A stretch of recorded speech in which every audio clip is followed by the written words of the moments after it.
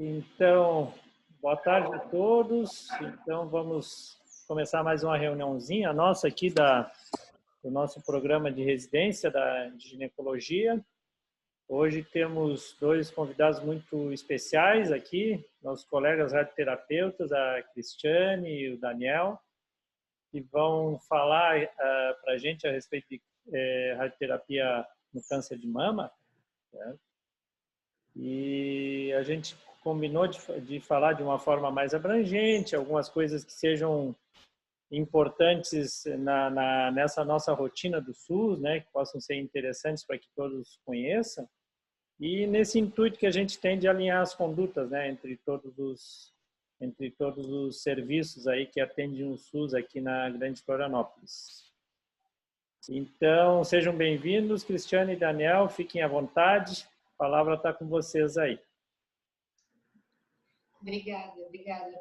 A gente fez são duas apresentações para entrar ali no tempo de vocês também. Então, o Daniel vai começar com algo mais abrangente da rádio, depois eu vou fazer alguns comentários sobre radioterapia pós-mastectomia e também um pouquinho desse fluxo aí.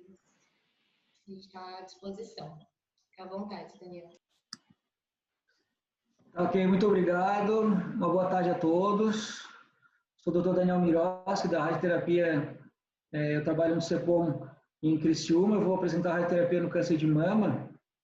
Eu vou dar ênfase de maneira geral às técnicas, como são os tipos de tratamento, como nós podemos realizar o tratamento direcionado à mama. Então, vamos lá. O objetivo do tratamento ele pode ser radical ou paliativo. O radical alcançar a cura com o mínimo de sequelas possíveis, e o paliativo aliviar ou prevenir os sintomas de sangramento, uma dor local. Aqui eu já deixei ilustrativo, porque a radioterapia ela é bem ilustrativa, então, para começar a acostumar com os campos de tratamento, a conformação da mama, a localização, a anatomia. Vou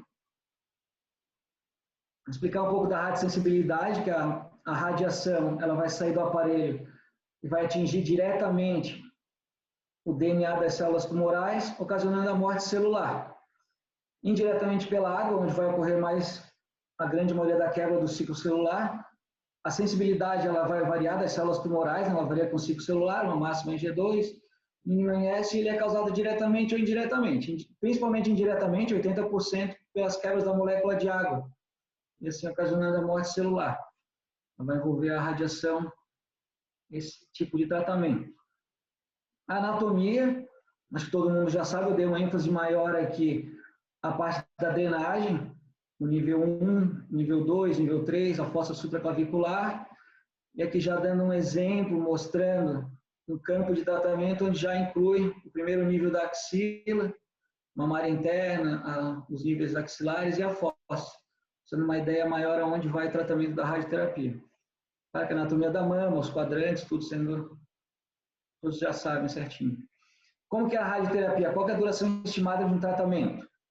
Elas são múltiplas aplicações, denominadas frações, onde 25 dias, 25 vezes, 15 vezes, 5 dias, ela é uma vez por semana, 5 vezes por semana. Um tempo médio de 12 minutos. 12 minutos é o tempo que o paciente vai se preparar para fazer uma troca de roupa, colocar uma vestimenta, entrar na sala, se posicionar, se adequar, e o tempo de entrega da dose é em torno de algo de 3 a 4 minutos.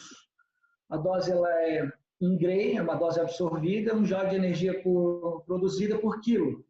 Um exemplo mais tradicional, 2 Grays. Para ter uma ideia geral como é isso. E a radioterapia no câncer de mama, ela sempre vai entrar como adjuvante. Claro, tem os casos paliativos que chegam a lesões mais avançadas, mas ela entra como uma radioterapia adjuvante. Para se tratar uma radioterapia adjuvante no câncer de mama. Eu deixei aqui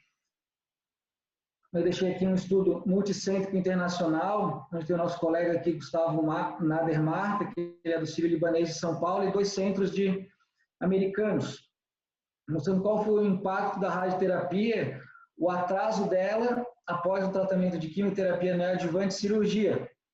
Qual foi esse impacto que teve de retardar a radioterapia. Eu não vou explicar todo o estudo, mas eu vou dar ênfase para o que eles consideraram de melhor. Foram incluídas 1.000 mulheres, estadiamento mais de 1.000, né? estadiamento clínico 3, um segmento de 32 semanas. Foi aberto em 3 braços, de 8 semanas, de 8 a 16, e mais 16 semanas. Não teve nenhuma diferença de sobrevida, livre de doença global, sobrevida livre de recorrência loco-regional, observada nesses períodos. A conclusão desse estudo são no subtipo luminal. Então, aqui sim houve uma melhor desse controle loco-regional, como eu deixei esse gráfico. Teve outros gráficos nos estudos que não mostraram tanto. Um HER2 positivo, até um HER2 positivo vai ser feita uma quimioterapia adjuvante, tem outros tipos de tratamento. Mas o luminal, como entra na rádio, ele teve uma tendência, uma melhora e fazer mais precocemente, com 8 semanas. Então, a radioterapia adjuvante, com 8 semanas para tipo luminal, ela já é aceitável. Mas, de exemplo, a radioterapia adjuvante, claro que ela não pode entrar imediatamente na cirurgia, porque tem que fazer uma cicatrização da ferida operatória, tem que cicatrizar e estabilizar. Tem alguns estudos que eu vou mostrar aqui mais para frente, algumas modalidades que elas podem ser feitas junto já da cirurgia. Já vou mostrar mais adiante. Quais são as reações esperadas da radioterapia? São reações bem toleradas, restritas à região de tratamento. De maneira global, ela pode sentir uma astenia, essa sensação de cansaço, uma fraqueza, mas a reação ela é localizada. São efeitos transitórios e reversíveis e vão desaparecer em dias a semanas após o término do tratamento. Aqui eu coloquei um raio-x, nós chamamos de portal, para visualizar a radiação na fossa, pode ocorrer disfagia e tosse. Se olhar nesse posicionamento, o paciente está com o braço para cima e o rosto virado para o outro lado. E aqui é o campo de tratamento. Vocês conseguem observar o meu cursor? Se conseguir, aqui eu estou mostrando o ápice pulmonar, como pode mostrar alguns sintomas de alterações pulmonares, e a rotação da cabeça, ela inclui, não sei se consegue visualizar bem, essa retirada do esôfago para não ter a disfagia.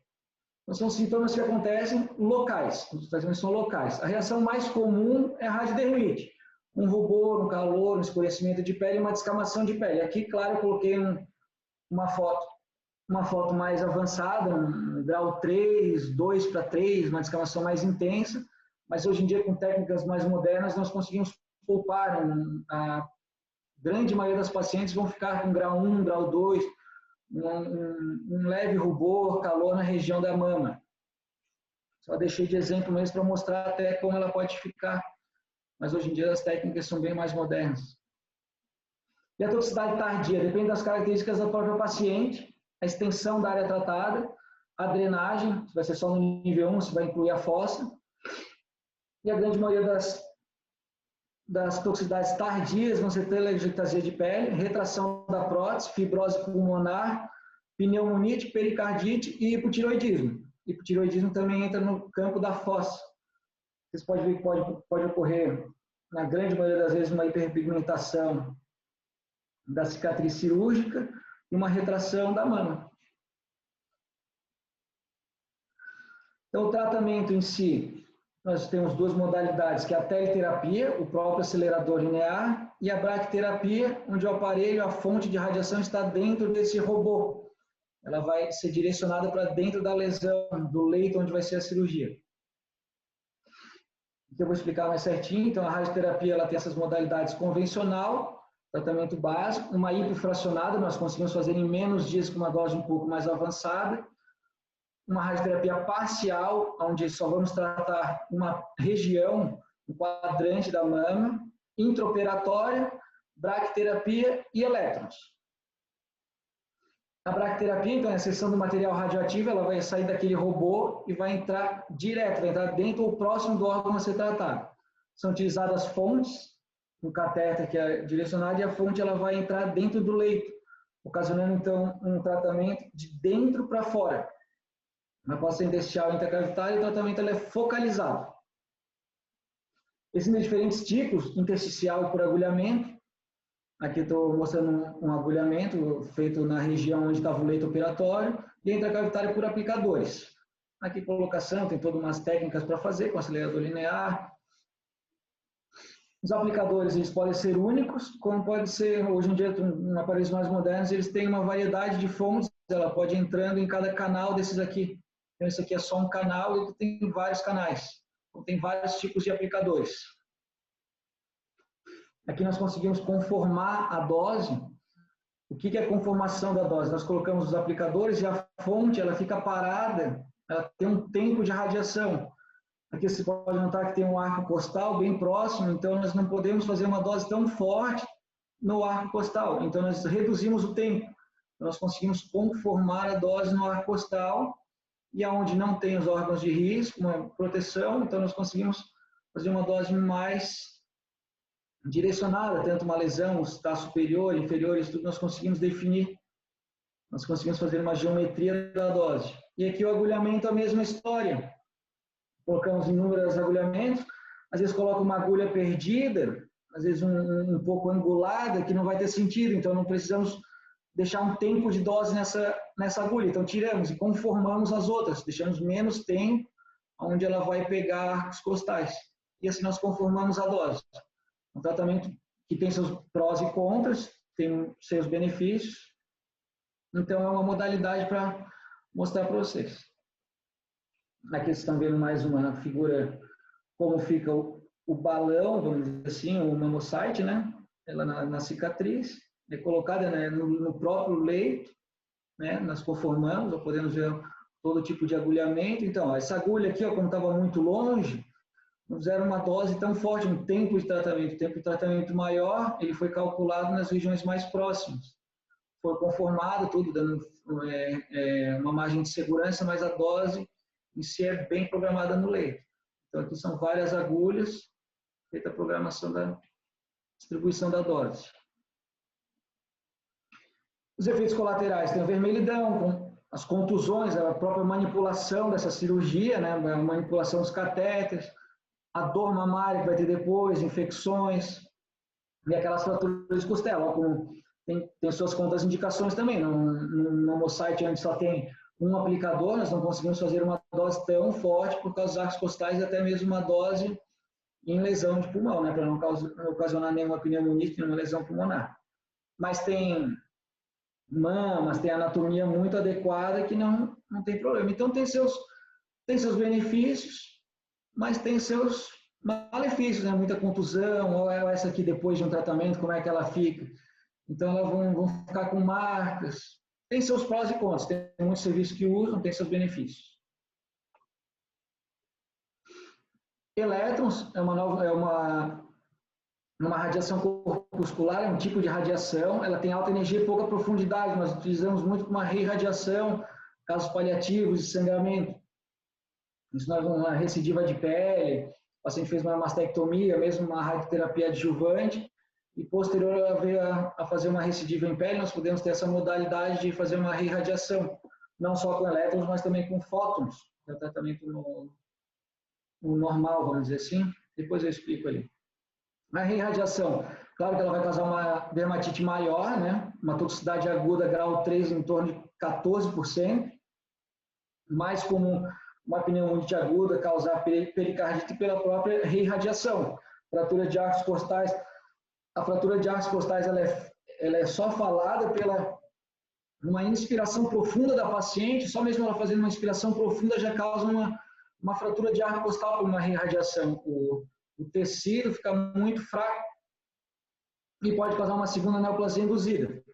É tudo controlado por uma reirradiação, nós sempre pedimos para o mastologista ver se é possível fazer uma mastectomia higiênica, para poder pelo menos limpar o máximo possível e tentar fazer uma dose, uma cobertura onde nós vamos fazer essa reirradiação, para não ter tanto esses malefícios na paciente. A teleterapia, então, que é o tratamento em si com acelerador linear, é uma radiação de fora para dentro, é onde é a radioterapia mesmo, tratamento local, regional de grande volume. É uma radiação eletromagnética. Então, nós chamamos de fótons. Tem os fótons, tem os elétrons. E aqui, só para ilustrar mais a conformação, a dose de radioterapia, o decaimento de dose. Então, a radioterapia nós usamos ela focalizada, onde nós queremos, com proteção de outros órgãos, no volume mesmo que nós queremos. Aqui eu estou citando a mão pela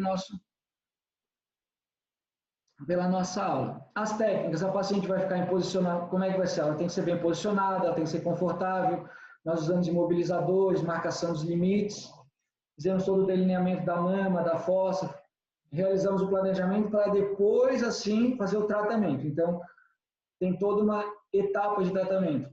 Ou é feita direto no aparelho, com raio-x, ou é feito um planejamento com tomografia. Então, cada centro, cada instituição tem suas maneiras. Aqui eu coloquei um posicionamento para mostrar que é o mais confortável possível. Decúbito dorsal, o nosso aplicador, o nosso suporte é o mesmo que essa paciente está usando, de 2 braços, ela fica com os braços para cima, confortável, tranquila e estática. Tem as marcações na pele da paciente, posicionamento e lasers da sala, para ela ficar sempre na mesma posição. Então, os cenários de tratamento, eu não vou citar aqui como que nós vamos entrar com a radioterapia, se nós vamos fazer uma radioterapia que vai incluir a mama, vai incluir mama e fossa, porque são muitos estudos. Eu estou falando de uma maneira geral, para vocês entenderem o que é a radioterapia e como ela vai agir. Tem que ser um diagnóstico preciso, eu sempre oriento isso, porque muitas vezes a paciente chega realizando uma quimioterapia neoadjuvante e quando vai para a cirurgia, aí descreve lá YPTX-NX. E agora, o que nós vamos, para onde que nós vamos? Então tem que ter um diagnóstico preciso, ou pelo menos ter né? Fazer tem o diagnóstico preciso, para nós sabermos ter um direcionamento. Cadê o grau dela, cadê a biópsia, como é que foi o estadiamento da pré-quimioterapia. A gente precisa dessas informações. Cada instituição vai usar seu protocolo e depois sim vai entrar o planejamento de tratamento, que vai entrar o físico e o médico. Nós temos muitas pacientes, como é que eu vou dizer aqui, mais para frente eu vou mostrar certinho, vai depender da decisão clínica, física e médica. Tem muitas pacientes que têm um volume de mama maior, uma mama pendular, então tudo isso vai depender do campo, a angulação do campo, qual que é a dose de fracionamento, às vezes uma mama muito grande, vai esquentar muito o ponto quente, a radioterapia vai acabar prejudicando mais alguns setores locais da mama, então vai ficar uma dose muito forte, então um planejamento que envolve 25 frações, nós poderíamos usar 15, essa paciente vai ter que sair do protocolo e voltar para um protocolo mais antigo. O boost é um reforço de dose, nós podemos usar um reforço de dose num grau 3, numa margem comprometida, onde não ficou bem definido se vai fazer uma ampliação de margem. E os pontos 3 são o limite de dose que nós temos de pulmão, coração, os órgãos de risco que estão ao redor da mama. Então, essa conduta vai variar bastante e isso é a decisão final do radioterapeuta com o físico. Mesmo a gente explicando para o paciente no começo, às vezes acaba mudando no final, pela anatomia, por vários fatores. Aqui é um planejamento que eu mostrei, eu queria colocar um vídeo, mas ficou muito pesado. Vocês conseguirem entender, cada foto é um giro da paciente, então a paciente vai girando. Se vocês entenderem, esse quadrado aqui é onde está saindo a dose, a entrega da dose na paciente, na mama. E aqui são lâminas do tratamento, que é onde elas vão variando e tirando o ponto quente e tirando de órgãos de risco. Vocês conseguem entender certinho? Então, nós conseguimos conformar melhor e tirar pontos quentes, fazer uma proteção dos órgãos. Olha a diferença desse primeiro slide, o quanto que atinge o pulmão em relação ao último. Então, no último, nós podemos fazer uma dose maior em relação, porque não vai pegar o pulmão, do que em relação a esse primeiro. Então, é toda uma técnica, é toda uma conformação. O planejamento, então, nós vamos envolver os pontos quentes. Será que esse planejamento está bom? Será que esquentou muito? Nós temos os constraints, que são os limites de dose. Mas, para vocês entenderem, nós não vamos chegar e acabar esquentando toda a região. Esse paciente aqui ficou melhor, com 105% da dose. Isso é tudo a parte física e médica, o planejamento. A curva de isodose, não só para mostrar o DVH, é onde nós acumulamos, vamos dizer assim, a dose total. Nós queremos fazer o máximo de dose possível aonde nós vamos planejar, e essas curvas mais baixas são os órgãos de risco. Nós queremos tirar o máximo de dose de pulmão, coração, esôfago, todos os órgãos de risco que vão estar na região. Então, nós vamos cobrir o máximo a mama e fazer uma proteção mais adequada para os órgãos de risco. Aqui também eu coloquei uma curva de isodose para mostrar as curvas e como ela fica para o planejamento, se vai ser aprovado ou não esse caso. O que nós temos de atualização em radioterapia? O que nós podemos melhorar? Claro que o aparelho, né? Aparelhos mais modernos, nós conseguimos aumentar a dose de radiação sem aumentar os efeitos colaterais. Isso nós conseguimos fazer com uma radioterapia conformacional, um IMRT, uma modulada ou um GRT. A grande maioria dos pacientes, antigamente eram tratados com 25 dias de tratamento, todos os dias da semana, então acabava tendo um prejuízo para o paciente. Tem muitos pacientes que são do interior, tinham uma dificuldade de fazer um tratamento adequado, às vezes acabava se perdendo, não ia, então não fazia um tratamento adequado. Hoje em dia já fazemos com 15 frações e o mais moderno são 5 dias.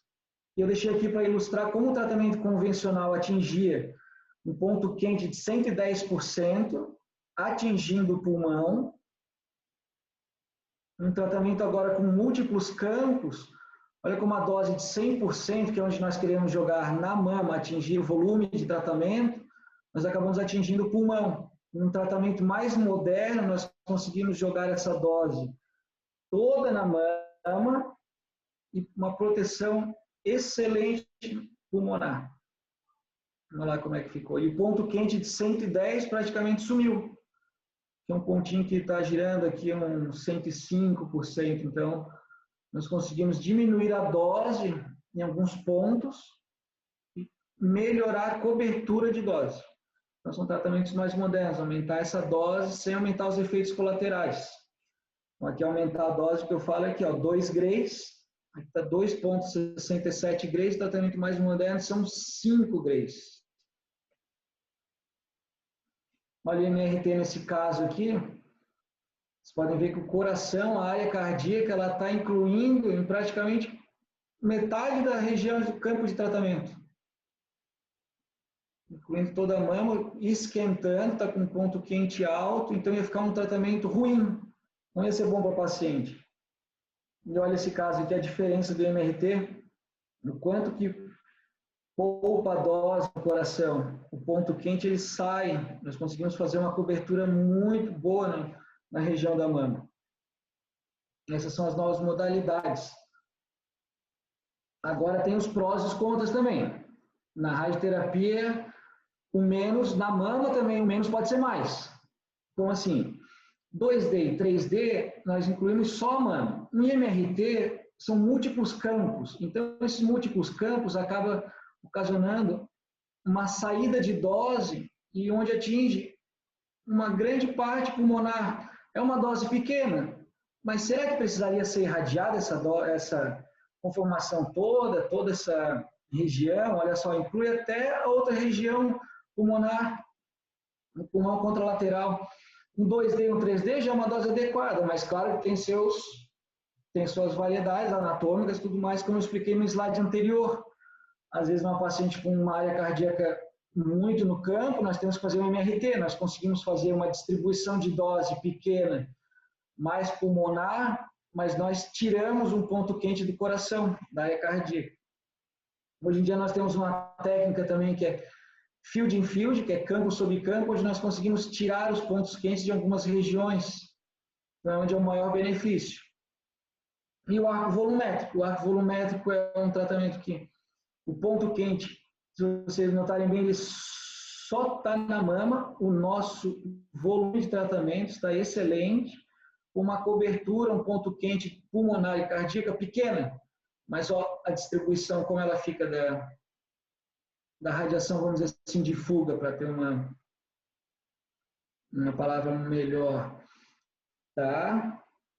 E a parcial de mama, olha a diferença da parcial de mama, nós fizemos, essas são técnicas mais modernas, esse aqui é um tratamento até que eu tirei de um tratamento nosso. O que nós fizemos aqui? Nós fizemos um arco volumétrico, só que são 2 pequenos arcos, então ele vai só até um pedaço e volta. Ele trata 2 vezes, vai e volta, e nós conseguimos conformar só uma região da mama. Nós conseguimos poupar toda a área cardíaca, toda a área pulmonar, e nós restringimos, nós não tratamos toda a mama, nós não tratamos todos os arcos costais, toda a região pulmonar. Então, nós só temos uma região parcial. Aqui eu acho que essa figura não serve bem interessante, mas são 2 arcos volumétricos. O aparelho ele vai girando e vai tratando, para, volta, gira e para, ele faz a volta e faz uma conformação de dose excelente. Tratamento mais moderno e rápido. Aqui eu coloquei essa foto porque o parcial de mama, nós principalmente, aqui eu acho que fica mais visível, tem um clipe. Então nós sempre pedimos para o mastologista clipar essa região, onde nós conseguimos definir o volume do leito operatório, principalmente aonde era a lesão, onde tem os clipes. Não tem mais clipes aqui, mas aqui é só um corte.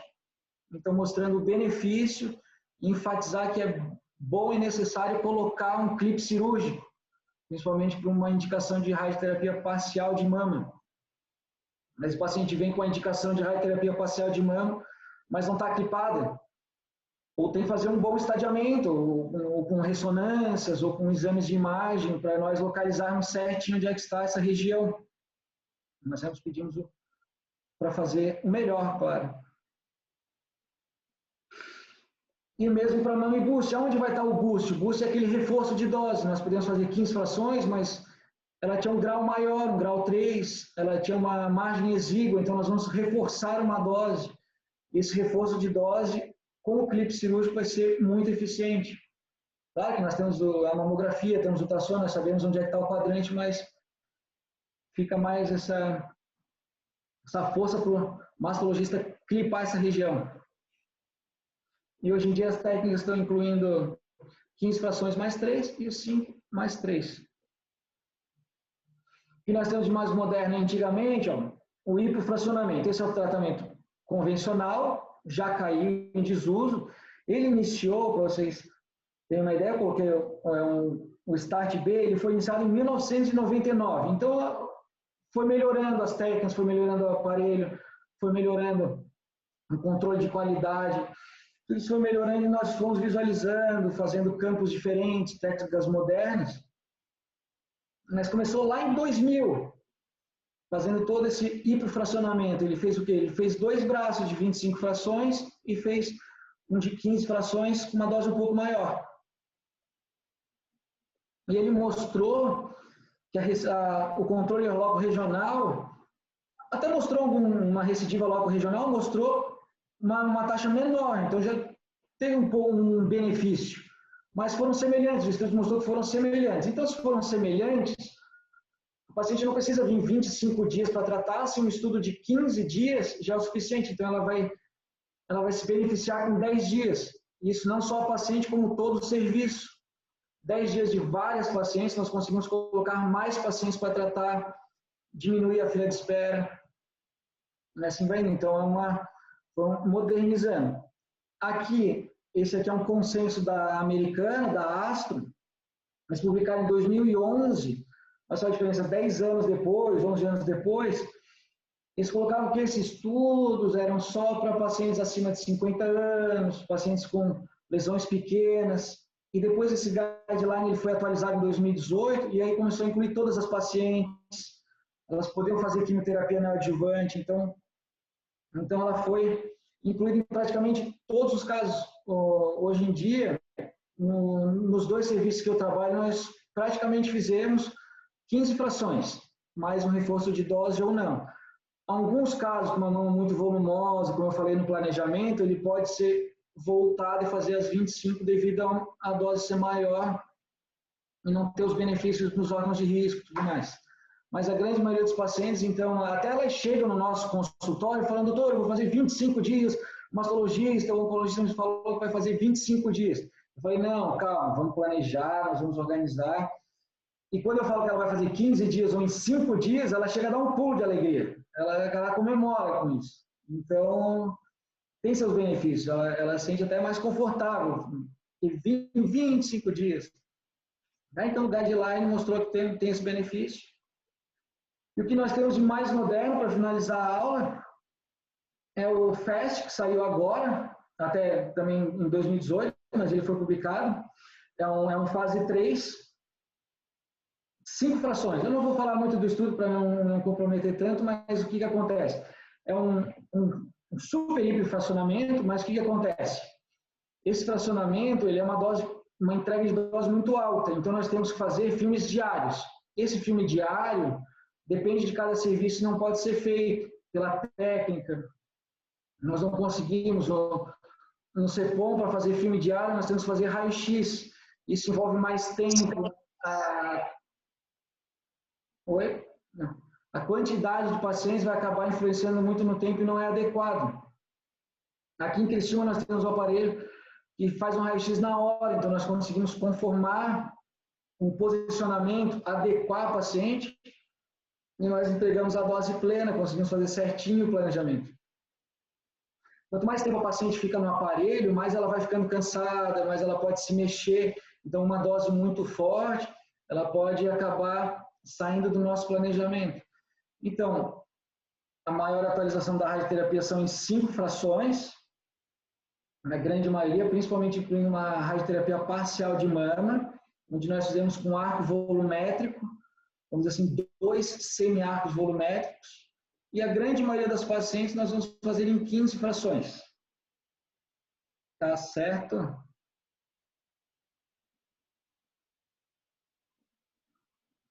Aqui mostrando o que acontece no FAST. Para finalizar, no FAST ele também mostrou, ele não teve uma variação, ele mostrou assim, até mostrou um pouco de benefício, mas ele ficou igual, as curvas estão iguais. Então foi o mesmo princípio daquele START B. O que acontece? A recidiva, após em 5 anos, em uma semana, em 5 dias ou em 15 dias, não teve inferioridade nenhuma. Ela ficou semelhante, os níveis de dose ficaram semelhantes, os efeitos colaterais foram iguais. Então, a adoção de 26 grays, que são em 5 dias, ele foi batido o martelo. Ele bateu, vamos fazer o estágio 3, 5 dias. Só que, como eu falei, tem muitos centros que não conseguem fazer, não conseguem se adequar devido a fazer check filme diário, devido a ter a sua melhor atualização no aparelho e tudo mais, suporte e assim vai indo. Então, a conclusão do FAST é que teve esse benefício de fazer em 5 dias para a paciente e para o serviço. Tá certo? Eu acho que essa foi a minha explicação da radioterapia, o que ela envolveu de maneira geral, as nossas técnicas e as nossas modalidades. Olha, muito obrigado, Daniel. Já vamos passar direto para a Cris para dar continuidade aí. Fique à vontade, Cris. Eu acho que você tem que compartilhar a tela ali, Daniel. Isso.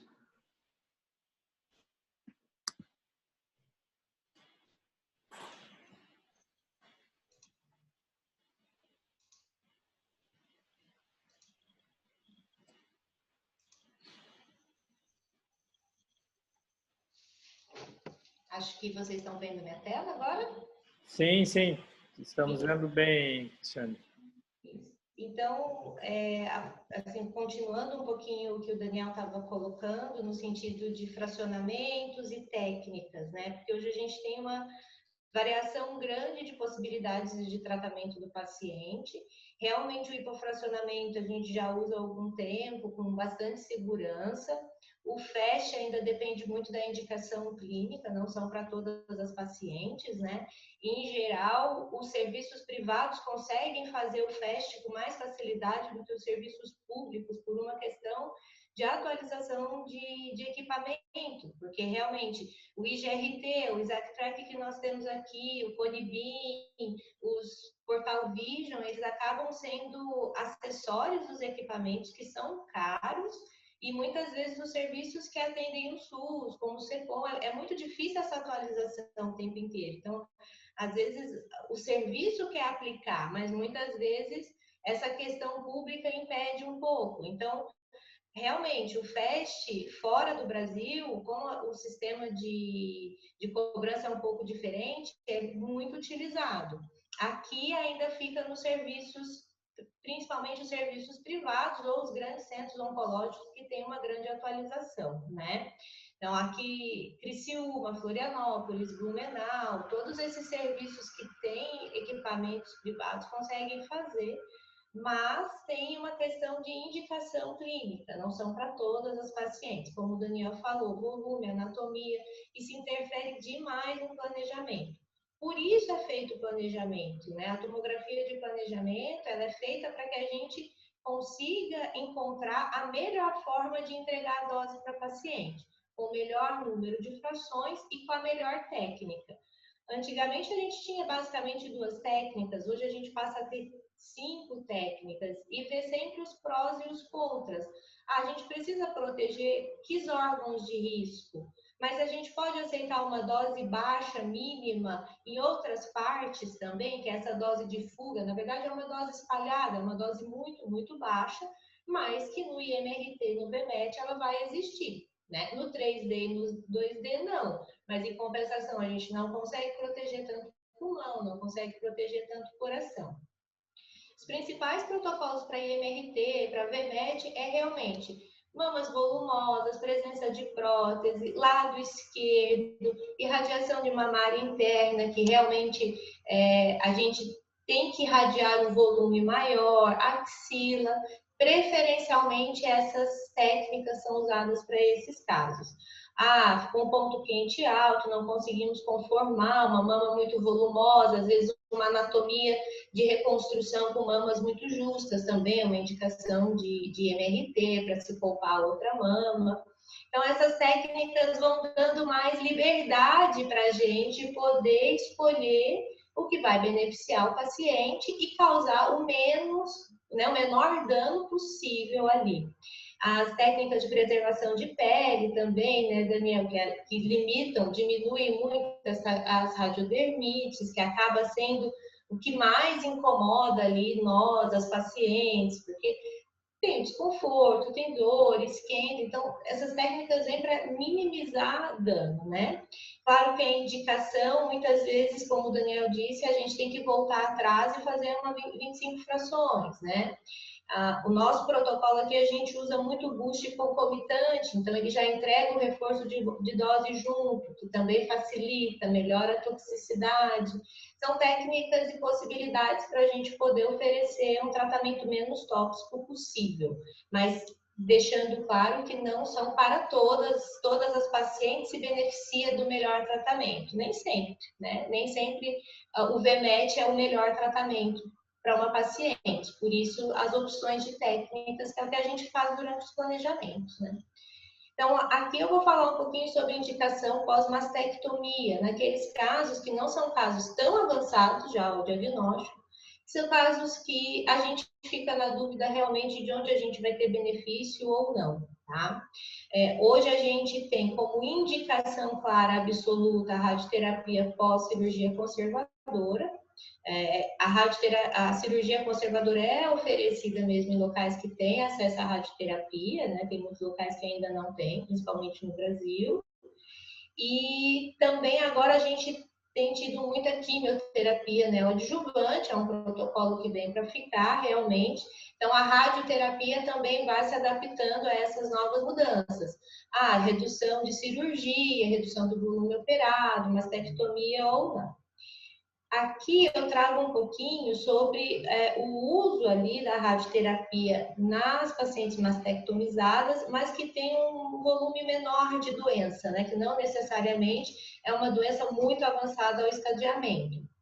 Então, para as pacientes que são T1, T2, mas com linfonodos positivos de 1 a 3 após o esvaziamento axilar. Então, alguns estudos, né, principalmente essa meta-análise de 2014, mostrou ali redução do risco de recorrência, e daí a gente imagina que a redução do risco de recorrência serve para todas as pacientes.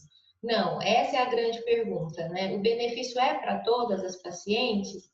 Não. E qual é o grupo que mais vai se beneficiar nesse caso de radioterapia num estadiamento um pouco mais inicial pós-mastectomia?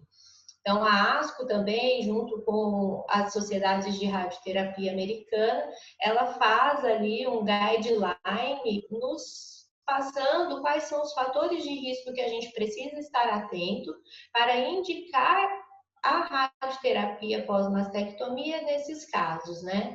Então, a idade da paciente, menor de 40 ou 45 anos, sem limitação da expectativa de vida por comorbidades, baixo risco para complicações oriundas da radioterapia pós-mastectomia. O que é isso, né? É uma paciente que a gente vai ter que irradiar uma área cardíaca ou que já tem alguma insuficiência cardíaca que é do lado esquerdo, risco de piorar essas insuficiências cardíacas, alta toxicidade cutânea, paciente que às vezes teve muita reação pós a cirurgia no sentido de cicatrização, deiscência, infecção, então isso tudo tem que ser avaliado. Os achados patológicos, né, serum T2 principalmente, avaliar as margens, algo que o Braulio estava comentando conosco anteriormente, as margens elas são importantes até no sentido da dose. Muitas vezes uma margem exígua, a gente vai fazer um reforço de radioterapia, até pela limitação às vezes de ampliação, dificuldade e tudo mais. Invasão linfovascular presente, ou 3 linfonodos positivos e principalmente as macrometástases, né? Hoje ainda as micrometástases, elas não são fatores de risco tão importantes no caso de um esvaziamento axilar. A extensão extranodal ou uma resposta pobre à quimioterapia neoadjuvante, que muitas vezes a gente considera. Então, sempre com quimio neoadjuvante, a gente tem que ter o estadiamento mais completo possível ali antes da quimioterapia. E a questão da axila é algo que a gente precisa realmente esclarecer o máximo possível, né? Se possível, biópsia de linfonodo, se possível, PAF axilar, para que a gente possa definir o status axilar pré-quimioterapia. As características biológicas tumorais, né? Intermediário ou alto grau, baixa sensibilidade hormonal. Não há um modelo prognóstico validado por esse grupo, né? E a gente sempre está aguardando ali os resultados de novos estudos. Enquanto isso, a gente tem que individualizar e colocar todas essas características da paciente, patológico e biológico, sempre em avaliação, no sentido de trazer esse benefício da redução do risco de recorrência realmente para quem precisa. As biópsias de linfonodo sentinela sem esvaziamento, né? Nesse caso, indicar radioterapia pós-mastectomia sim ou não. Então, já tem alguns estudos que trazem esses resultados para a gente, o ACOSOG é um deles, o IBC-SG2301 também, e o AMAROS, foram os estudos que avaliaram bastante ali o papel da radioterapia nessas pacientes que são biópsias positivas ali, né? Então, o ACOSOG, um estudo que a gente falou bastante na época que ele foi divulgado, ele colocou irradiação nodal em pequena porcentagem de pacientes, então não teve muito efeito no resultado, e o AMAROS, que trouxe realmente a resposta de que se a radioterapia na axila ela não se mostra inferior ao esvaziamento, né, para 5 anos de segmento. Então, as taxas de recorrência foram muito parecidas, mostrou uma menor toxicidade no sentido de edema de membro. Quando indicar, né, na biópsia de linfonodo sentinela, então, se os fatores de risco são suficientes, se considerar os linfonodos, voltando àquelas características pessoais, patológicas e biológicas, e sempre uma avaliação conjunta ali com o cirurgião. A radioterapia em cadeias linfonodais regionais, o Daniel mostrou um pouquinho ali as figuras para nós. Então, são regiões que a gente considera no campo da irradiação, supraclavicular, inframamária interna, níveis axilares de alto risco, que é 1, 2 e 3. A indicação, ela entra nas neoplasias inflamatórias, mais do que 4 linfonodos positivos, menos de 10 linfonodos removidos, os tumores T3 e T4 com uma taxa de agressividade maior. Sempre avaliar ali a expectativa de vida, comorbidades, invasão linfovascular, grau nuclear, o tamanho do linfonodo é muito importante, a extensão extracapsular mais ainda. Quando se tem quimionel, avaliar essa resposta quimionel ali na axila também, considerar a doença residual e a abordagem cirúrgica na axila. Irradiar essas cadeias linfonodais, né, no N1 ou no N0 de alto risco. fazer a radioterapia em fossa, em axila, versus não fazer, né? Então, a sobrevida livre de recorrência tem um ganho para esses casos. A sobrevida global, ela não teve impacto, né? E quando a gente tem o risco de linfedema, isso a gente tem que ser bem avaliado, a inclusão dessas áreas no volume de radioterapia, porque a gente vai ter, com certeza, uma piora desse linfedema. O comprometimento, então a indicação entra, né? Avaliar sempre o comprometimento linfonodal extenso, a porcentagem de linfonodos positivos, a evasão linfovascular e extensão extracapsular na axila. A recomendação pós-dissecção axilar completa é que, a não ser casos de doença muito volumosa, tentar evitar dose nessa axila para se minimizar os efeitos, mas claro, se a gente tem doença muito avançada, muita extensão extracapsular, a gente tem que acabar incluindo alguns níveis também. Tá? Mamária interna é sempre uma questão ali, porque se imagina, né, o risco de complicação à radioterapia, já que aumenta o volume. Então, hoje a gente consegue assim, tratar a mamária interna com mais tranquilidade, até com o uso do MRT e do VMED, principalmente do lado esquerdo, no sentido de poupar mesmo toxicidade cardíaca tardia.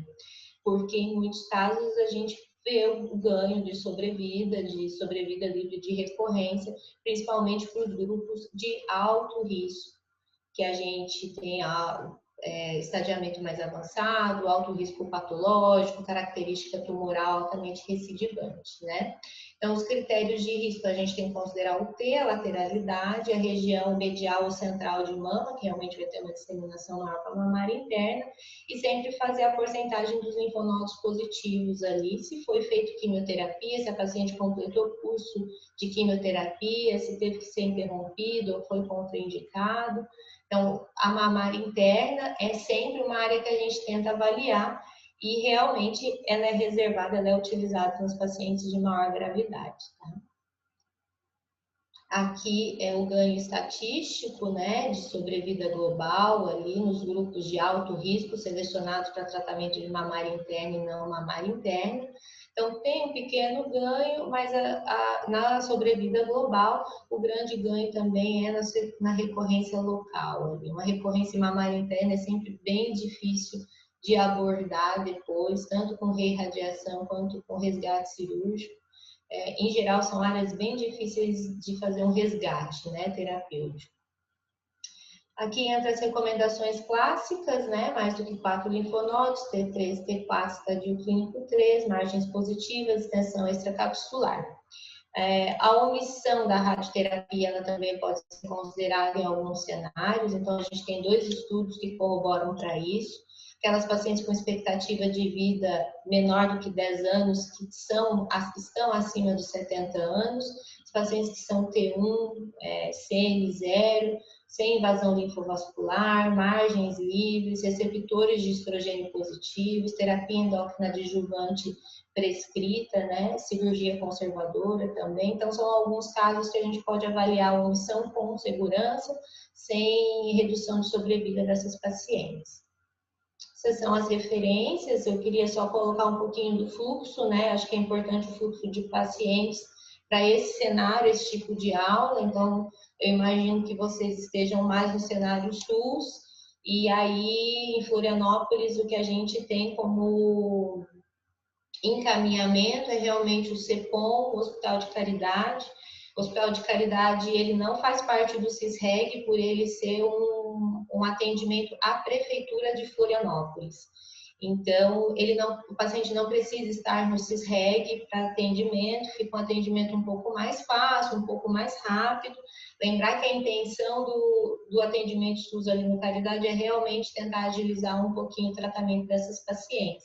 Ali a gente só tem a radioterapia, então realmente é importante o encaminhamento ali para o CEPOM, no sentido de hormonioterapia, porque é lá que a paciente vai conseguir isso pelo SUS, mas muitos pacientes a gente consegue tratar ali para tentar minimizar um pouquinho a fila, deixar um pouco mais homogêneo esse tratamento, facilitar um pouco ali a parte da fila do CEPOM também, né? Em geral, a gente atende principalmente os pacientes de mama um estadiamento mais inicial, que vão precisar só de radioterapia, radiohormônio, então conseguimos fazer um pouquinho, ajudar um pouquinho nesse fluxo, tá? Mas daí realmente o encaminhamento é direto, não é um encaminhamento via CISPEC, tá bom? Acho que se tiver mais alguma dúvida com relação ao fluxo, Braulio, só perguntar também que a gente expõe. Acho que é mais isso. Ótimo, Cristiane, Daniel, muito legal, muito interessante a aula de vocês. A gente tem observado mesmo essas questões das pacientes poderem e terem feito, estarem fazendo ciclos mais curtos, né, de radioterapia. Isso aí é bastante interessante, porque a gente conversava anteriormente a respeito das filas e tudo isso, né? Isso além da questão do conforto, né?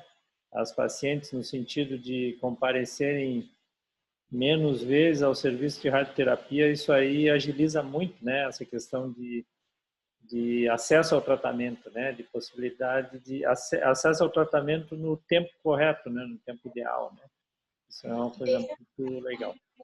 Né? Realmente, os hipofracionamentos, assim, eles têm segurança, eles são tratamentos tão seguros quanto os fracionamentos. Isso é importante a gente deixar claro. Às vezes a limitação é muito mais anatômica do que propriamente clínica, né? No sentido de oferecer um tratamento menos tóxico. Mas até em toxicidade, muitas vezes a gente percebe uma redução também com o hipo, né, Daniel? Cosmese vai muito bem com hipofracionamento também, né? Mas a questão, considerando saúde pública, eu acho que foi assim algo que ajudou muito, porque você trata muito mais paciente, né, por mês, por 2 meses, assim, né? As filas diminuem. As reações são bem toleradas mesmo, praticamente iguais, não se vê diferença em um hiperfracionamento de 15 dias, até mesmo de 5 dias. Nós pedimos um retorno da paciente em 15 dias, em 30 dias para avaliar como ficou, e o benefício igual, reação tardia nenhuma. Esse hipofracionamento só veio a melhorar, a trazer benefício para o paciente, para o serviço, diminuir a fila. Tá excelente. Ótimo, ótimo. Muito legal mesmo. Outra questão interessante que a gente estava conversando antes um pouquinho, que eu gostaria, tem outros mastologistas aí na sala, é que a gente estava comentando aqui que é possível, tanto para o CEPOM quanto para o Caridade, a gente fazer... Para o CEPOM é via CISREG, né?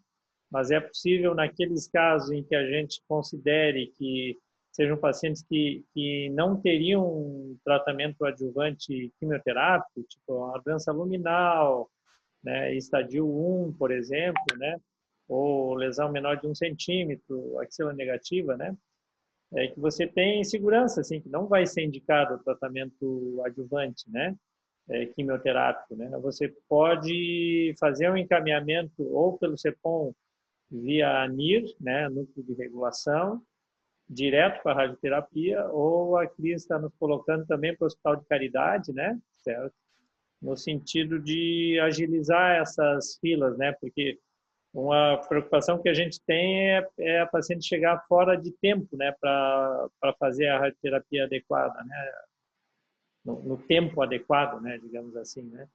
São pacientes que infelizmente a gente tenta reduzir esses tempos, mas a gente tem aquele tempo que a gente precisa aguardar pelo exame anatomopatológico, às vezes aquele tempo que a gente precisa aguardar pelo exame de imunistoquímica, né? E qualquer tempo a menos que a gente perder com essa fila, com essa paciente em fila, né? Certo? Pode ser uma coisa que pode fazer uma grande diferença para ela, né? No resultado final do tratamento.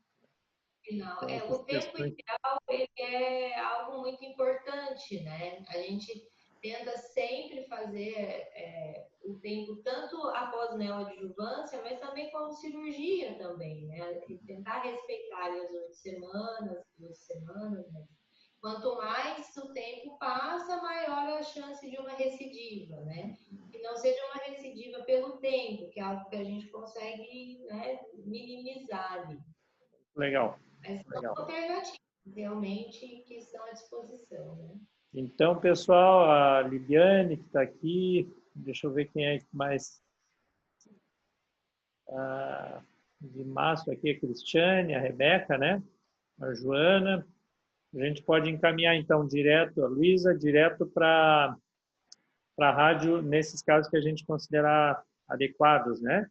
E, claro, vocês vão fazer também a triagem nesse sentido, e se vocês tiverem alguma dúvida em relação à necessidade ou não de adjuvância, vocês vão fazer, no caso, pedir a avaliação, né? Do colega oncologista, né? Obrigada, Braulio. Obrigada, Cristiane e Daniel. Obrigada mesmo. Excelentes as apresentações. Eu também não tinha ainda incorporado esse encaminhamento. Realmente vai facilitar bastante. Obrigada mesmo. Legal. Ô, Braulio, eu queria saber com a Cristiane se eu consigo encaminhar do regional para o Caridade, ou se é só da prefeitura. Consegue também. Oi. Consegue também ter uma parceria das duas prefeituras, São José e Florianópolis, no sentido de atender esses pacientes, tá? Mas aí eu encaminho para o NIR do regional, é porque eu assumi o ambulatório faz pouco tempo, estou meio perdida na logística.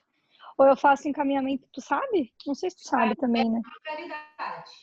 Para a radioterapia do Caridade. E ela leva no posto? Ela liga, marca a consulta e leva direto lá, porque o nosso sistema de autorização é direto para a prefeitura, não é do estado. Entendeu? Ah, que bom. Então, tá, ótimo. Vai marcar a consulta. Então, vocês que a paciente entra e vocês que pedem a autorização para o tratamento direto. A gente pede autorização. Enquanto isso, ela vai fazendo a tom de planejamento, que é ali no Caridade mesmo, que também a tomografia dali tem esse mesmo convênio com o SUS, né, de Florianópolis, que é uma gestão, aquela gestão plena, né, por isso que a gente consegue. E enquanto isso é feita a autorização e a gente já pode começar o tratamento. Só precisa mesmo de um encaminhamento direto para a radioterapia, anatomopatológico, coisas simples assim, né, nada demais, tá? O HU encaminha bastante para o Caridade, porque ele já tem mais esse contato ali, às vezes paciente que já é interno, então já tem um direcionamento direto. Mas eu acho importante divulgar isso, porque até então isso não é muito conhecido, né, até ali para nós. Então, acho importante a gente poder divulgar para tentar ajudar, no sentido de diminuir mesmo a fila ali. Tá? Maravilha, maravilha. Bom, muito legal. Daí a gente, como a gente tinha falado antes, a gente está confeccionando um manual, né? Daí a gente gostaria muito se vocês pudessem escrever essas questões todas, né? Para a gente, a intenção é um manualzinho de consulta rápida mesmo, né? Que sirva de orientação para os residentes, para todos os colegas que trabalham com esses pacientes, né? No sentido de otimizar condutas e tudo isso que a gente já vem conversando, né? Vai ser um passo, eu acho, bastante interessante aí para ver quantas coisas a gente conversando, se aproximando, a gente acaba, são coisas que estão por aí, a gente acaba descobrindo e acabam surgindo, né, informações novas, ideias novas que a gente pode organizar melhor o nosso serviço. Né? Isso. Muito legal. Eu também um manualzinho daqueles modelos e a gente envia, tá bom? Ótimo. Legal. Mais alguém gostaria de fazer alguma colocação, alguma coisa? O resto do pessoal da Mastro aí que está na sala, alguém gostaria de fazer alguma pergunta? Ficou alguma questão para ser esclarecida?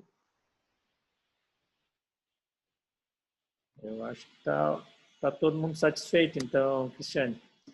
Agradecemos mais uma vez vocês, viu? Você e o Daniel, muito legal, muito bom ter a participação de vocês, muito bom ter essa parceria, né? E a gente cada vez aprofundar mais esse diálogo, né? Para a gente aí arredondar as condutas, né? E poder trabalhar da melhor forma possível, né? Exatamente. Muito obrigado. Um abraço.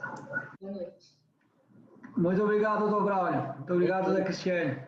Beleza. Um abração a todos. Boa noite. As reuniões sempre tem a melhorar e acrescentar, principalmente ao grupo. Isso.